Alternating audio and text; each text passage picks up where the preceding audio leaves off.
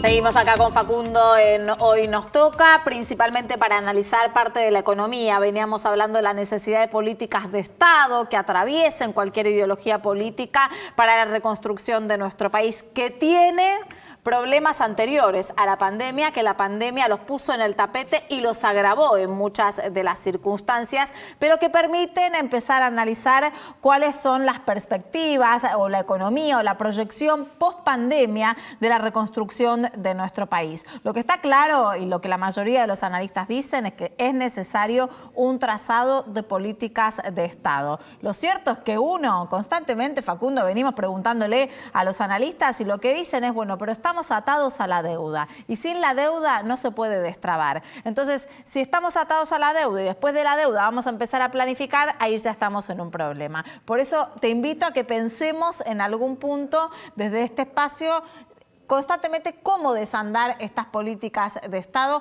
y en qué puntos nos podemos apoyar en la Argentina. Así es, como todas las semanas, Diana, te traigo el testimonio de un empresario y te cuento primero un poco los puntos de apoyo de la Argentina, ¿no? Sin los lugar a empresarios dudas, nacionales. Que siempre hablamos del rol de la burguesía nacional, de los primeros que tienen que invertir muchas veces para justamente reactivar la economía. Y si te menciono a Teodoro Karagozian, capaz no te suena. No lo conozco. Pero si te digo que es Teddy, ahí sí, amigo de la casa.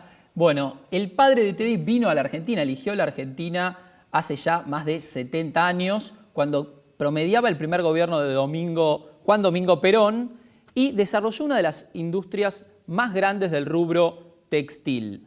En lo que fue el pasamanos de la primera a la segunda generación, el grupo cambió de Caratex a Teni Platex y fue así como se constituyó como el mayor hilandero de la República Argentina. Llegó a tener 1.900 empleados y casi la mitad del mercado, pero pasaron cosas y en los últimos años... Exactamente, fueron los 4 años de Macri los que terminaron de reducir ese número de 1.900 colaboradores a algo más de 1.100, pero en los últimos meses tuvo declaraciones, Teddy, y de hecho reactivó una hilandería que, si te muestro, mira, tenemos ahí una imagen de lo que son una de las tantas plantas hilanderas que tiene el grupo. No nada más mostrar la foto, ¿no? Sino que graficar también la puesta en el país. Exactamente. Es eso. Y invirtió en los primeros meses de Alberto Fernández, incluso antes de que se desatara todo este tema del COVID y la cuarentena, pero siempre es muy crítico y tiene también una visión interesante de hacia dónde tiene que ir el modelo de país. Así que vamos a hablar. Vamos a recibirlo. Está Teddy Karagozian también para contactarse con nosotros y poder hacer un análisis. Teddy, buenas noches. Gracias por atendernos. Hola Diana, hola Facundo. Preguntarte en un principio esta necesidad de la que veníamos hablando antes, ¿no? De que el Estado esté presente en la configuración de políticas de Estado en pos de empresarios o mirando también empresarios que apuestan al país. Mira, el Estado siempre estuvo presente en el mundo. Europa se construye con un Estado presente, Japón se construye con un Estado presente. Claro. Corea del Sur se construye con un Estado presente, China se construye con una... Es una fantasía que el Estado no estaba. Era el elefante que no veíamos, digamos. A partir del 2008 eso fue también normal con la crisis financiera, y el COVID lo que hace es simplemente volver a mostrar la necesidad elefante que está, pero que a veces preferimos no ver. Sí, Teddy. Y puntualmente acá en la Argentina también el Estado está presente y mucho en realidad, pero no termina de ser eficiente. ¿Crees que se va a dar lugar a la discusión y a los cambios estructurales que tanto hablamos en los últimos años en la Argentina a partir de que resolvamos el tema de la deuda? Mira, cada vez que vos compras una cosa, el Estado está en la mitad de lo que pagás. El Estado está presente y en la Argentina está demasiado presente. En la Argentina el problema que fue sucediendo es que el Estado se convirtió en elefantiásico y los servicios que tenía que estar dando no los está pudiendo dar. Entonces, lo que tenemos es un Estado presente, omnipresente, poco eficiente, bajando el nivel de calidad y competitividad de nuestro país.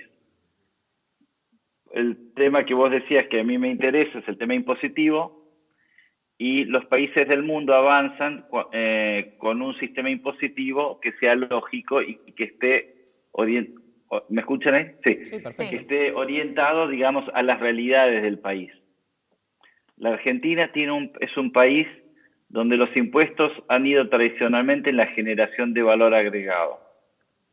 Y lo que yo siempre explico es así: si vos, Facundo, yo te cobro un impuesto cada vez que haces un reportaje a alguien, una entrevista a alguien, ¿cuántas entrevistas vas a hacer? Si yo te pongo un impuesto a la generación de valor, ¿cuánto valor vas a generar? 80% de los impuestos en la Argentina se cobran a los que generamos valor. Y para que el mundo haya crecido, digamos, y siga creciendo, los impuestos tienen que ir sobre lo que tengo, no sobre lo que genero. Y ese es el secreto de Piketty. Ahora, ¿y vos en algún punto observás que la dirigencia actual esté en miras de poder subsanar errores que llevan, errores estructurales, que llevan años y que se da en la resolución de una economía muy baja en nuestro país y muy injusta con algunos sectores sociales? Yo siento decir que no lo veo en la política, no lo veo en la dirigencia empresaria, no lo veo en la dirigencia de ningún tipo. ¿Por qué? Porque en realidad nosotros nos hemos convertido en gente tan cínica, en gente tan irónica, que ya no escuchamos ni lo que decimos, lo que dicen otros, y en vez de dar propuestas lógicas, empezamos a dar propuestas ilógicas, o en el fenómeno del sálvese quien pueda. Cuando la gente se reúne para coordinar, lo que tienen que ver es qué vamos a cambiar. Porque el problema nuestro no es un problema económico, el problema nuestro es un problema político. Todos los programas fracasaron no porque tuvieran fallas económicas. El plan estaba bárbaro. Pero si la forma de ganar elecciones es un político que gasta mucho, es ilógico pensar que el político no va a gastar. Y eso genera una serie de movimientos, como un gasto excesivo que genera inflación, más impuestos, y cuando los impuestos son altos, los empresarios, ¿qué están haciendo? ¿Qué vienen haciendo desde hace 40, 50 años?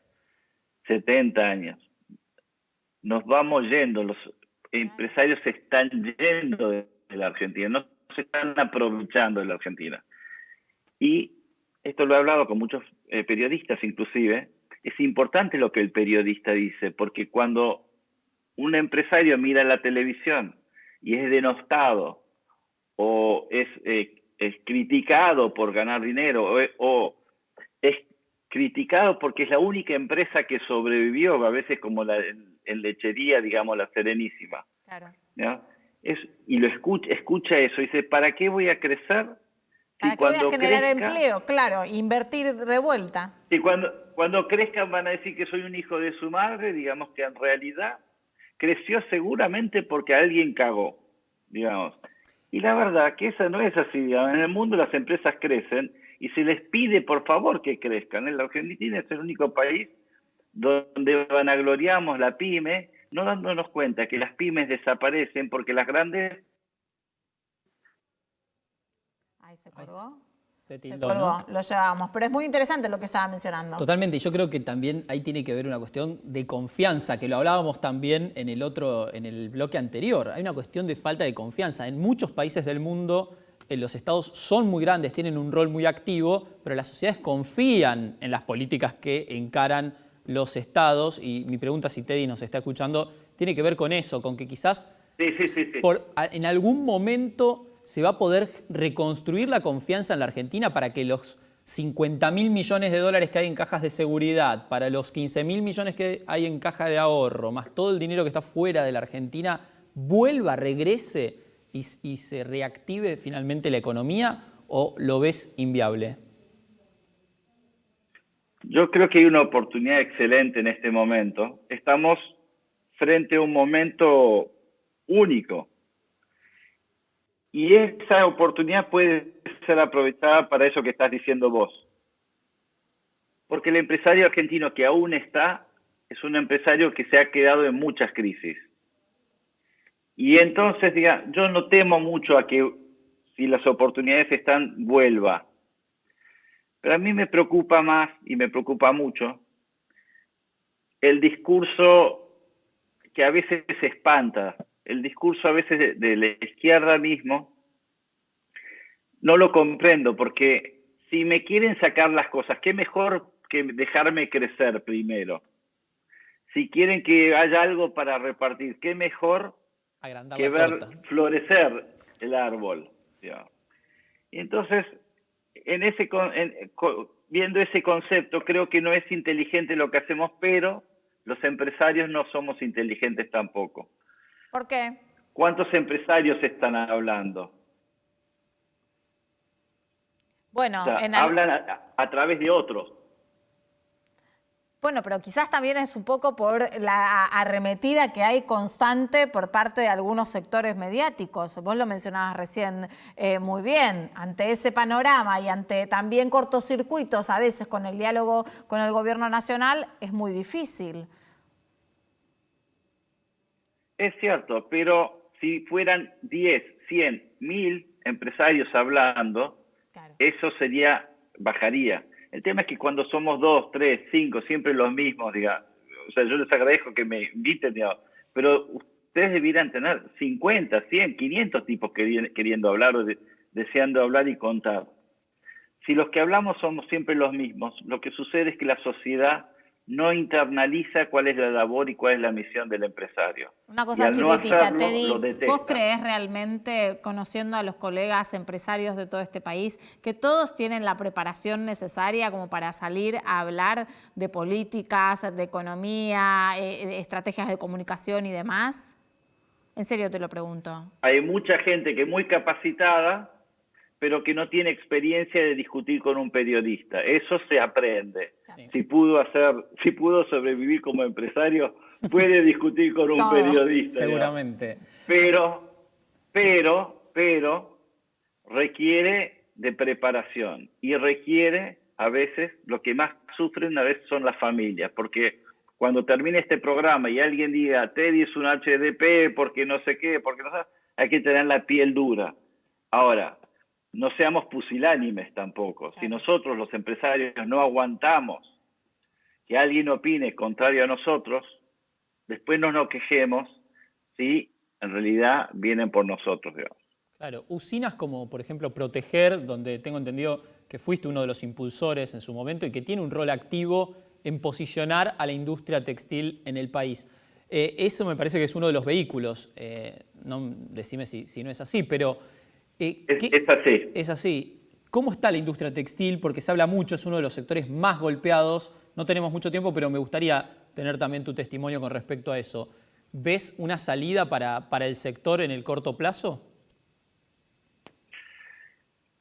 Las economías, las empresas, las industrias que van a funcionar en la Argentina son las que toman algo de la tierra, lo transforman, le dan valor agregado y lo pueden vender a la población argentina y exportar. Textil es una de ellas porque la Argentina es uno de los pocos países que tiene algodón y en la otra punta tiene 1000 diseñadores que salen por año. Nuestros diseños son excelentes. Por supuesto no podemos hacer magia. Si la mochila que tengo yo atrás mío es una mochila pesadísima, no me puedo después competir con alguien que viene sin mochila. Entonces, lo que yo veo es que debiera haber más gente hablando y la Fundación Proteger lo que tiene es eso. La misión de la Fundación Proteger, no es, el nombre es bárbaro, digamos, pero la misión es transparentar, explicar a la sociedad por qué las cosas son como son, porque no hay magia. Si yo tengo que cargar sobre mi mochila los jubilados, la asignación universal, nuevas cosas, y ahora quieren además la asignación universal, digamos. Una renta universal, sí. Yo algo tengo que cobrarte en el producto para poder pagar esos impuestos. Si vos me vas a importar todos los productos, por lo menos cobrarle al importador también. En Entonces esa es la función de la... En esa necesidad, los empresarios no deberían también tener consenso con la política. En esa necesidad que vos planteás, los empresarios no deberían también tener trabajo en conjunto y consenso con los políticos. Es como vos decís, y en realidad es una de las flaquezas que tenemos. Yo participo de algunas organizaciones como RAP, que realmente hace un excelente trabajo en ese sentido, pero lo que he notado es que los políticos casi no tienen contacto con los empresarios, y los empresarios, la mayoría, no tienen ni contacto con políticos ni con sindicalistas. Y todo lo que uno no conoce lo desprecia. Entonces los políticos desprecian a los empresarios, claro. Los empresarios desprecian a los políticos, los sindicalistas desprecian. Yo lo que estoy diciendo últimamente es que el 99,9% de la gente que yo conozco es correcta, es buena y son excelentes. Algunos son horribles, digamos, pero la mayoría es buena.